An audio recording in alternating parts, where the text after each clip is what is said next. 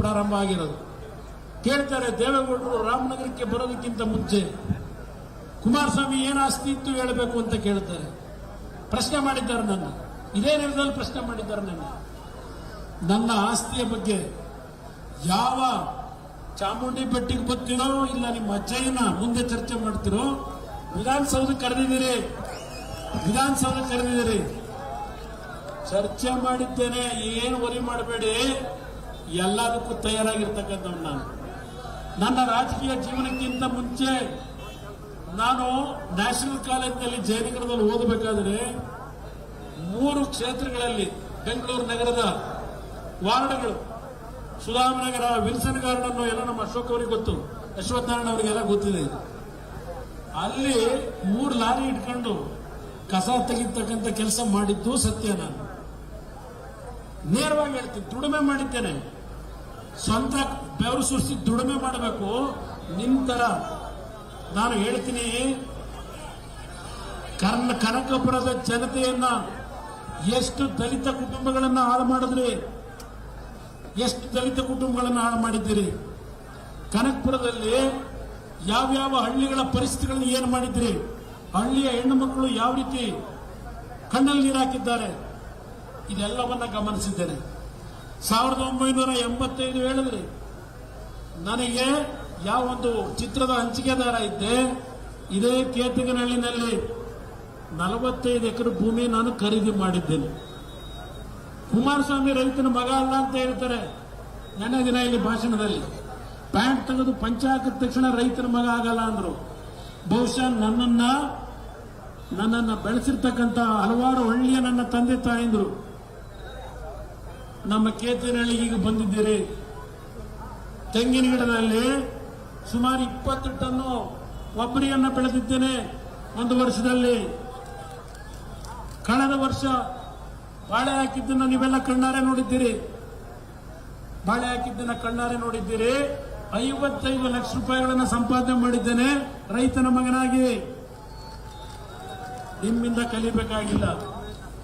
ಇವತ್ತು ಇಲ್ಲಿ ನಾನು ಬಂದಿರತಕ್ಕಂಥದ್ದು, ನಿಮ್ಮನ್ನ ಇಲ್ಲಿಯವರೆಗೆ ಈ ಬಿಸಿಲಿನಲ್ಲಿ ಇವತ್ತು ಕರೆಸಿರ್ತಕ್ಕಂಥದ್ದು ನನ್ನ ಆಸ್ತಿಯ ಬಗ್ಗೆ ಚರ್ಚೆ ಮಾಡಕ್ಕಲ್ಲ. ತಯಾರಾಗಿದ್ದೆ ನಾನು. ನನ್ನ ಆಸ್ತಿ ಯಾವುದು, ನನ್ನ ಹೃದಯದಲ್ಲಿ ನಾನು ಇಟ್ಕೊಂಡಿರ್ತಕ್ಕಂಥದ್ದು ನನ್ನ ಆಸ್ತಿ. ಈ ರಾಜ್ಯದ 6.5 ಕೋಟಿ ಜನತೆ ನನ್ನ ಆಸ್ತಿ. ಇದು ನನ್ನ ಹೃದಯದಲ್ಲಿ ಇಟ್ಕೊಂಡಿದ್ದೇನೆ.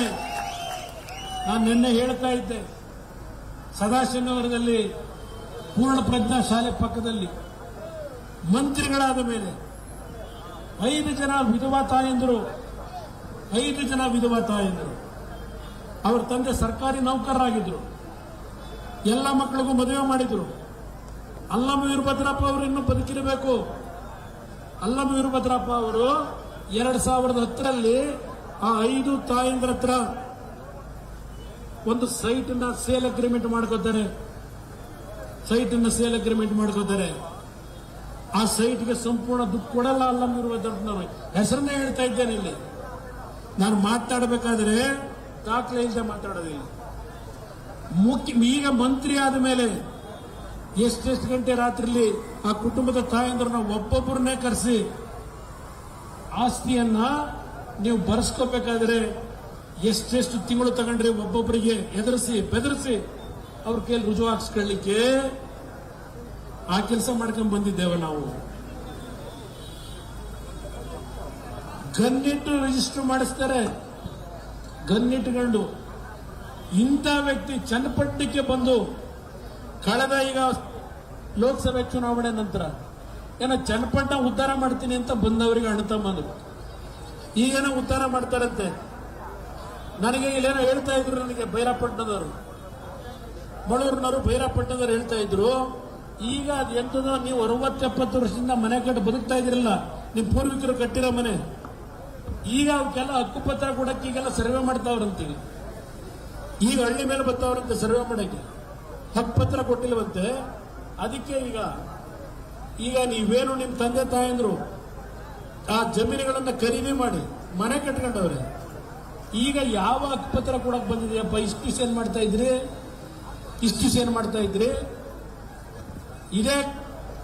ಇದು ಯಾಕೆ ನೀವು ಹೇಳ್ತಾ ಇದ್ದೇನೆ ಅಂದ್ರೆ, ಇವರು ಕೊಟ್ಟಿರೋ ಕೊಡುಗೆ ಏನು ಈ ಒಂದು ಜಿಲ್ಲೆಯಲ್ಲಿ?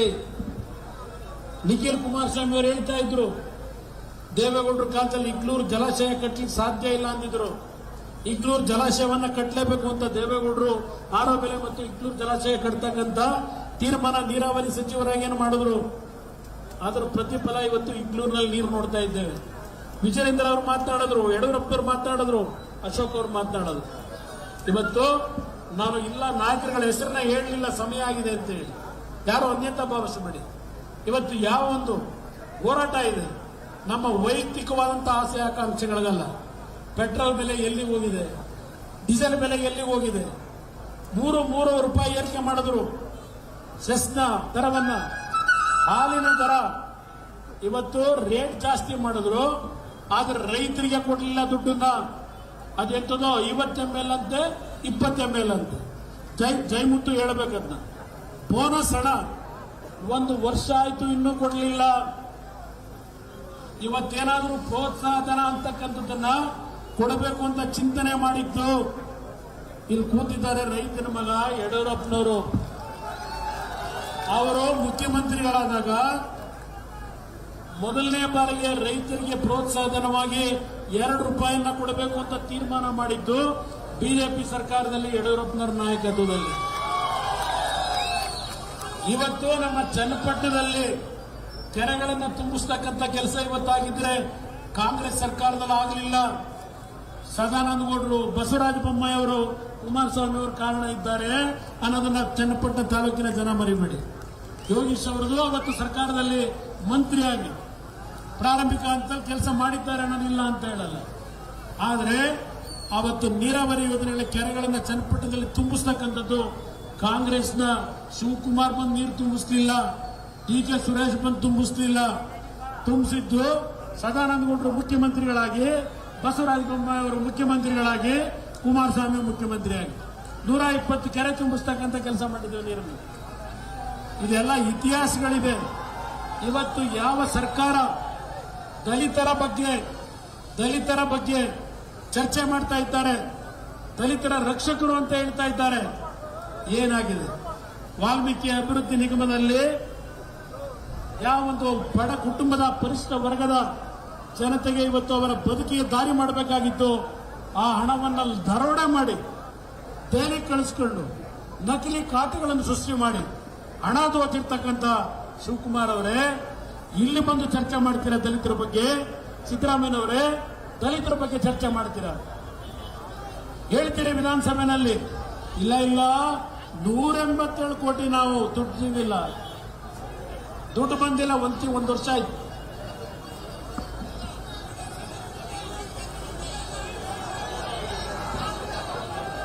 ಏನಣ್ಣ ಒಬ್ಬರು ಮಾತಾಡಿ. ಅಲ್ಲ, ಗೊತ್ತಾಯ್ತು. ಈಗ ಗೃಹಲಕ್ಷ್ಮಿ ಯೋಜನೆ ದುಡ್ಡಿಲ್ಲ, ಇವನಿಗೆ ದುಡ್ಡು ಇಲ್ಲ, ಗೊತ್ತು ನನಗೆ. ಬೆಲೆ ಏರಿಕೆನೂ ಏನಾಗ್ತದೆ ನೋಡ್ತಾ ಇದ್ದೀರಿ. ಅಶೋಕ್ ಅವರು ಮಾತನಾಡಬೇಕಾದ್ರೆ ಹೇಳಿದ್ರು,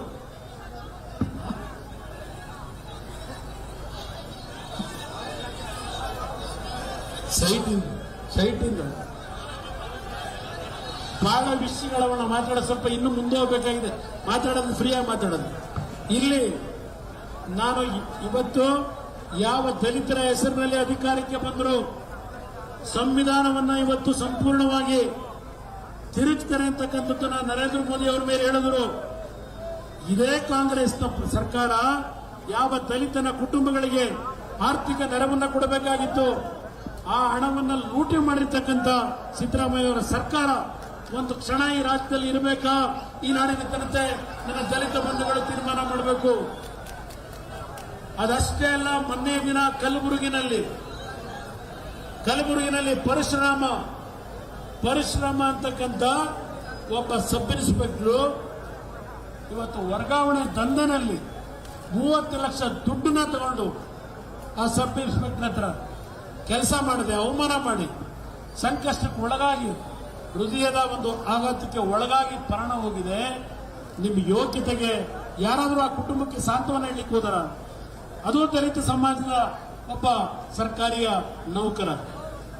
FIR ಹಾಕಬೇಕಾದ್ರೆ ಅಶೋಕ್ ಹೋಗಬೇಕಾಯ್ತಲ್ಲಿ. ನಾವಿಲ್ಲಿ ಧರಣಿ ಮಾಡಬೇಕಾಯ್ತು. ಆ ಸರ್ಕಾರದ ವಿರುದ್ಧ ಧ್ವನಿ ಎತ್ತಿದ್ದಕ್ಕೆ ಇವತ್ತೇನು FIR ಹಾಕಿದ್ದೀರಿ ಸಿದ್ದರಾಮಯ್ಯನವರೇ, ಪರಮೇಶ್ವರ್ ಅವರೇ. ನಿನ್ನೆ ದಿನ ಶಾಸಕ ಮತ್ತು ಶಾಸಕನ ಮಗ ನಿಮ್ಮ ಮುಖ್ಯಮಂತ್ರಿ ಮನೆಗೆ ಬರ್ತಾರೆ, ಅಲ್ಲಿ ಪೊಲೀಸ್ ಇಲಾಖೆ ಇಲ್ಲ ಮುಖ್ಯಮಂತ್ರಿ ಮನೆಯಲ್ಲಿ. ಯಾವ ಕಾರಣಕ್ಕೆ ಅರೆಸ್ಟ್ ಮಾಡಿಲ್ಲ? ನಿಮ್ಮದೊಂದು ಸರ್ಕಾರವ FIR ಆದ ಮೇಲೆ ಯಾಕೆ ಅರೆಸ್ಟ್ ಮಾಡಲಿಲ್ಲ? ನೀವು ನಿಮ್ಮ ಮನೆ ಕರ್ಕೊಂಬಂದು ಕೂರಿಸ್ಕೊಂಡಿದ್ದೀರಿ. ಇದು ನೀವು ದಲಿತರು ಕೂಡ ರಕ್ಷಣೆನ ಕೇಳಿಕ್ ಬಯಸ್ತಾ ಇದ್ದೇನೆ. ಅದೆಂತದ ಈಗ ನೆಲ ಬಾಡಿಗೆ ಬೆಂಗಳೂರಲ್ಲಿ RTCಗೆ 50 ರೂಪಾಯಿ. RTC ಅಷ್ಟೇ ಅಲ್ಲ, ಈಗ ಹೇಳಿದ್ರಲ್ಲ ಟ್ರಾನ್ಸ್ಫಾರ್ಮರ್ಗೆ.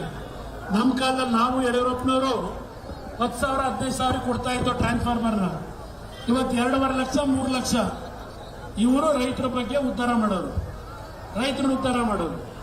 ಹೇಳ್ತಾರಲ್ಲ, ಇಲ್ಲೆಲ್ಲ ಇದೆ ನೋಡಿ, ಮತ್ತಿಕೆರೆಯಲ್ಲಿ ಯಾರು ಬಂದಿದ್ದೀರಿ? ಇಲ್ಲಿ ಮತ್ತಿಕೆರೆ ನಮ್ಮ ಜನ ಇದ್ದೀರಾ ಇಲ್ಲಿ? ಮತ್ತಿಕೆರೆ ಅವರು ಮತ್ತಿಕೆರೆ ರೈಲ್ವೆ ಸ್ಟೇಷನ್ ಹತ್ರ ಏನೊಂದು ಚಿನ್ನ ಹಳದಿನವರು ತಂದಲ್ಲಿಟ್ಟವರ ಏನಿಟ್ಟವರಲ್ಲಿ ದಿಂಡು ದಿಂಡು ಏನೋ ಫೋಟೋ ಕೊಡೋಣ ಇಲ್ಲಿ.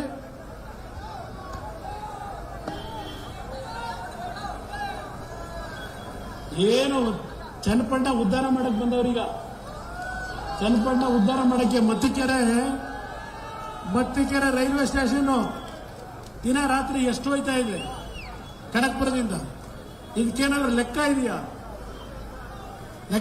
ಬೆಂಗಳೂರಿನಲ್ಲಿ ಅಯ್ಯೋ ನಮ್ಮ ಶಿವಕುಮಾರ್ ಒಂದ್ಸಲ ಅಧಿಕಾರ ಹಿಡಿಬೇಕು, ಮುಖ್ಯಮಂತ್ರಿ ಹಿಡ್ಬೇಕಪ್ಪ ಅಂತ ಆಶೀರ್ವಾದ ಮಾಡಿದ್ರು.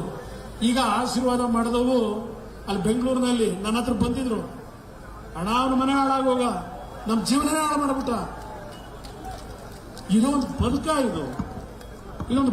ಇದು. ನನ್ನ ಬಗ್ಗೆ ಚರ್ಚೆ ಮಾಡ್ತೀರಾ? ತಯಾರಾಗಿದ್ದೇನೆ, ಪ್ರಾಮಾಣಿಕವಾಗಿದ್ದೇನೆ. ರಾಜಕೀಯ ಮಾಡಲಿಕ್ಕೆ ನಾವೇನು ಮನೆ ದುಡ್ಡು ತಂದಿಲ್ಲ. ರಾಜಕೀಯ ಮಾಡಬೇಕಾದ್ರೆ ಯಾರಿಗಾದ್ರೂ 4 ಜನಕ್ಕೆ ಬೇಡ್ತೀವಿ. ಹಾಗಂತ ಹೇಳಿ ಅಧಿಕಾರದಲ್ಲಿದ್ದಾಗ ನಮ್ಮ ಸಹಿಗಳನ್ನ ಮಾರಾಟಕ್ಕಿಟ್ಟು ರಾಜಕೀಯ ಮಾಡಿಲ್ಲ ಈ ಕುಮಾರಸ್ವಾಮಿ. ನೀವೇನೇನು ಮಾಡಿದ್ದೀರಿ? ಬರ್ತಿದ್ದಂಗೆ ಬೆಂಗಳೂರಿನಲ್ಲಿ ಅದೆಂಥದ್ದು ಸ್ಕ್ವೇರ್ ಫೀಟ್ಗೆ 100 ರೂಪಾಯಿ ಅಂತೆ. ದುಡ್ಡಿಗೂ ಒಂದು ಇತಿಮಿತಿ ಇದೆ. ಕಸ ಎತ್ತೋದಕ್ಕೂ 15,000 ಕೋಟಿ ಕಮಿಷನ್. ಕಸ ಎತ್ತೋದಕ್ಕೆ ಬೆಂಗಳೂರಿನಲ್ಲಿ. ಇದಕ್ಕೆ ಇವರಿಗೆ ಓಟ್ ಹಾಕ್ತೀರಾ? ಇಲ್ಲೇ ಅರ್ಥ ಮಾಡ್ಕೊಳ್ಳಿ. ಯಾವೊಂದು ಆನೆಯ ತುಳಿತದಲ್ಲಿ ಒಳಕಾಗಿ ನನ್ನ ರೈತರು ಬೆಳೆ ಹಾಳು ಮಾಡ್ಕೊತಾ ಇದ್ದೀರಿ. ನನ್ನ ರೈತರು ಪ್ರಾಣ ಹೋಗ್ತಾ ಇದೆ ನೀರು ಬಿಡಕ್ ಹೋಗಿ. ನಾನು ಮುಖ್ಯಮಂತ್ರಿ ಇದ್ದಾಗ 2018 100 ಕೋಟಿ ಹಣ ಕೊಟ್ಟೆ ಆ ರೈಲ್ವೆ ಲೈನ್ಗಳನ್ನ ಇದನ್ನು ಹಾಕ್ಲಿಕ್ಕೆ ಸೆಕ್ಯೂರಿಟಿಗೆ. ಆಮೇಲೆ 1 ರೂಪಾಯಿ ಬಂತ ರೈತರ ಬದುಕಲಿಗೆ. ಮೊನ್ನೆ ದಿನ ನಾನು ಡಾಕ್ಟರ್ ಮಂಜುನಾಥ್ ಅವರು ಕೇಂದ್ರದ ರೈಲ್ವೆ ಮಂತ್ರಿಗಳು ಭೇಟಿ ಮಾಡಿ ಇವತ್ತು ನಮಗೆ ರೈಲ್ವೆ ಕಾರಿಡಾರ್ಸ್ನ ಕಡಿಮೆ ರೇಟ್ಗೆ ನಮಗೆ ಕೊಡ್ತಕ್ಕಂಥ ಮುಖಾಂತರ ನಮ್ಮ ರೈತರು ಪ್ರಾಣ ಉಳಿಸಲಿಕ್ಕೆ ದಯವಿಟ್ಟು ಹೆಚ್ಚಿನ ರೀತಿಯಲ್ಲಿ ಇವತ್ತು ಉಪಯೋಗ ಮಾಡದೇ ಇರತಕ್ಕಂಥ ರೈಲ್ವೆ ಲೈನ್ ನಮಗೆ ಇವತ್ತು ಕೊಡ್ತಕ್ಕಂಥದ್ದಕ್ಕೆ ದಯವಿಟ್ಟು ಮನಸ್ಸು ಮಾಡಿ ಅಂತ ಹೇಳಿ ಡಾಕ್ಟರ್ ಮಂಜುನಾಥ್ ಅವರು ನಾನು ಇಬ್ಬರು 3 ದಿನಗಳ ಹಿಂದೆ ಹೋಗಿ ರೈಲ್ವೆ ಮಂತ್ರಿ ಅಶ್ವಿನ್ ಅವರನ್ನ ಭೇಟಿ ಮಾಡಿ ಒಪ್ಪಿಸಿದ್ದೇವೆ. ಈ ಸರ್ಕಾರಕ್ಕೆ ಯೋಗ್ಯತೆ ಇದ್ರೆ ಅವರು ಕಡಿಮೆ ದರದಲ್ಲಿ ಕೊಡ್ತಕ್ಕಂಥ ಆ ರೈಲ್ವೆಯ ಗಾರ್ಡ್ಸ್ನ ತೆಗೆದುಕೊಂಡು ಹಣ ಕೊಟ್ಟು ತಂದು ಮೊದಲು ರೈತರನ್ನು ಉಳಿಸ್ತಕ್ಕಂಥ ಕೆಲಸ ಮಾಡಪ್ಪ. ಆಮೇಲೆ ಚನ್ನಪಣ್ಣ ಚುನಾವಣೆ ನಡೆಸ್ಕೊಳ್ಳೋದ ನಿಧಾನಕ್ಕೆ. ಆ ಥರ ಏನಿಲ್ಲ ನನಗೆ. ಏನು ನಾನು ರಾಜೀನಾಮೆ ಕೊಟ್ಟ ತಕ್ಷಣ ಇರ್ರೆ ಗೊತ್ತಾ ನನಗೆ ಗೊತ್ತು ಕೂತ್ಕೊಳ್ಳಪ್ಪ. ನಿಮಗೆ ಹೆಸರು ಕೇಳ್ತೀನಿ ಕೇಳಿ. ನೀವೇನು ಹೇಳ್ತಾ ಇದ್ದೀರಿ? ಹೇಳ್ತಾ ಇದ್ದೇನೆ. ನೀವು ಏನೇನು ಮಾಡ್ತಾ ಇದ್ದೀರಿ ಗೊತ್ತಿದೆ ನನಗೆ. ನೀವೇನೇನು ನಡೆಸಿದ್ದೀರಿ? ನಿನ್ನೆ ಬಿಜೆಪಿಯ ಪಕ್ಷದ ಬಾವುಟ ಇಟ್ಕೊಂಡು ಸಮಾನ ಮನಸ್ಕರ ಸಭೆ ಕರೀತೀರಾ? ನಿಮಗೆ ಪಕ್ಷದ ನೇರ್ತಿದೆಯಾ? ಗೊತ್ತಿದೆ ನನಗೆಲ್ಲ. ನಾನು ಎಲ್ಲಿದ್ರು ವಿಷಯ ಗೊತ್ತಾಗ್ತದೆ. ಅದೆಲ್ಲ ಇರಲಿ ಮಾತಾಡ್ತೀನಿ.